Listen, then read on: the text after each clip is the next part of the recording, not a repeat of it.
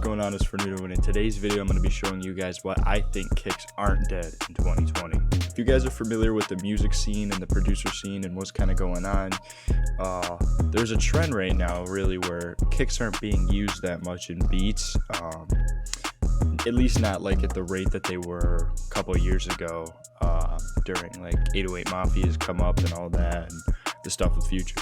But I'm really here to show you why I believe they aren't. I just think people tend to misuse them and don't really understand how they work. So yeah, let's get right into it. So right off the bat, I'm going to go grab a loop from my unfinished hits sample pack. If you guys aren't familiar with this is available on Producergrind.com. And I'm going to find one that we can kind of just do a little drum demo on. So I got this loop here called Social Media, and this is what it sounds like.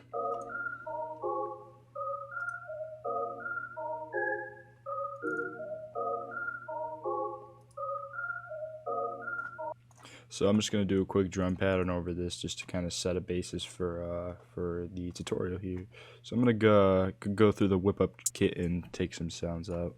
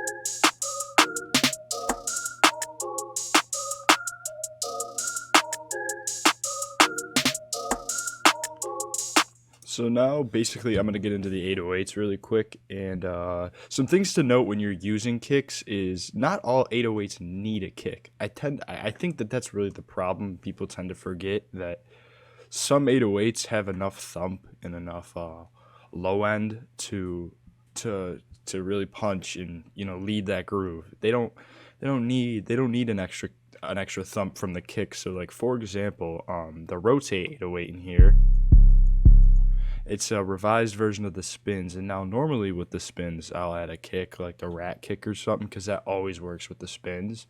But for this one, it's got a lot of a boost in the low end, so I tend not to use a kick with it.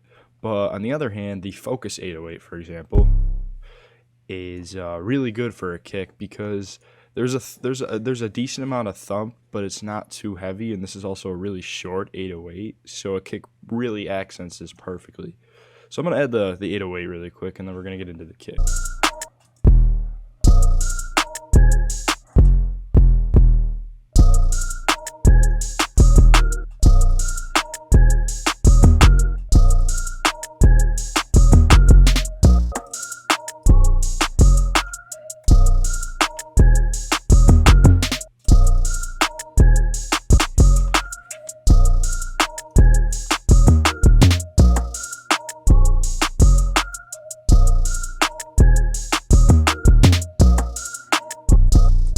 Now we're going to get into the kicks, and if you guys aren't familiar with the whip up drum kit, I released it a couple months back, and I really spent a ton of time on the kicks because to me they are very important, and unfortunately a lot of drum kits out there don't have good kicks, and they often lead to less groove in people's beats and stuff like that. So I spent a lot of time on these kicks, and some of my favorite are the Aspen, North, and Pine.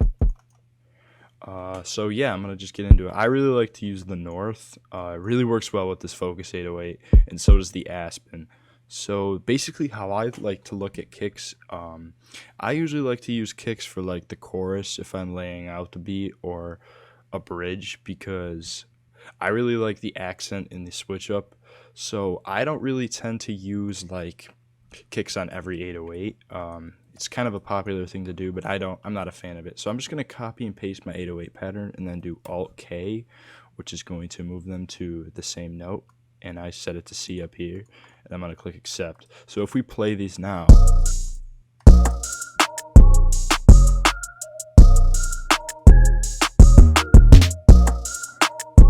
it's not really adding anything, you know, like it's just kind of bland. So I like to really take them off in some positions and add some in between 808s. So I like to always have it on the first beat. I think that's a good rule of thumb. You don't have to, but I really like it. So I'm gonna go like this.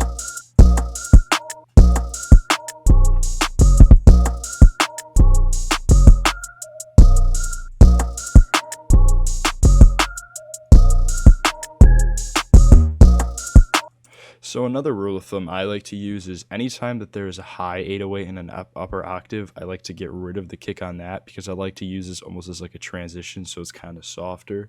I learned that from one of my favorite producers when I started off. So yeah, we're gonna go like this.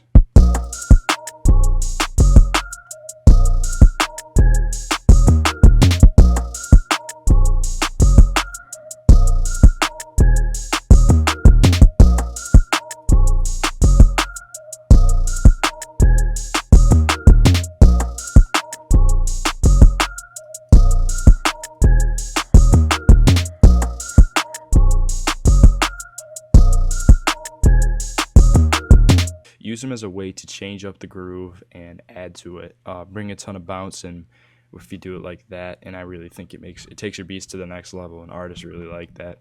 So as far as mixing, these kicks, in my opinion, are really good by themselves, but there are a couple things you can do with other kicks to make them stand out. So I'm going to throw everything in a mixer track and mix it down real quick.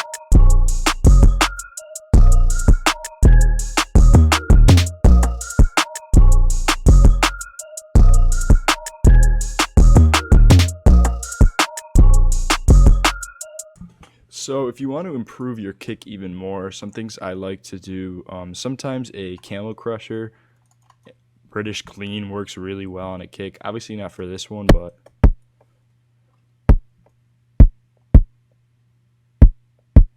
it just kind of makes it a little bit more sharp.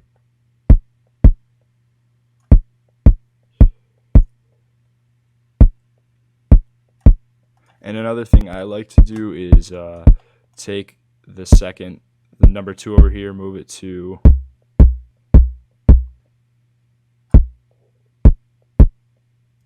/60. As you can see, it almost makes it sound like a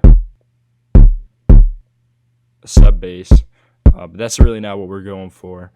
I'm just gonna move it a little bit and raise it, just give it a little bit more punch. Maybe lower this just a little bit.